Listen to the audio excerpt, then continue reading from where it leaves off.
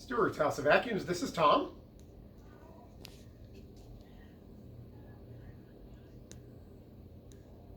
You have a Dyson? Well, we work on Dysons. What doesn't work about it? It won't suck. Well, that could be a problem with your suction. You may have a clog in it, or your roller brush might not be turning correctly, so not picking the dirt up. You can bring it in anytime. We'll work on it for you.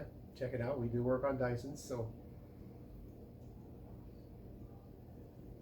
between $30 and $50 for, and plus whatever parts you might need. It costs you nothing unless we have to put it back together and you want it back, then there'll be a minimal charge. Yep.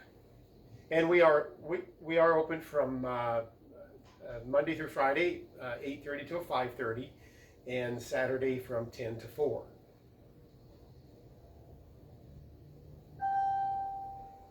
We are at 3127 Central Avenue in the Great Harvest Bread Company Plaza. Yep. See you soon. Bye.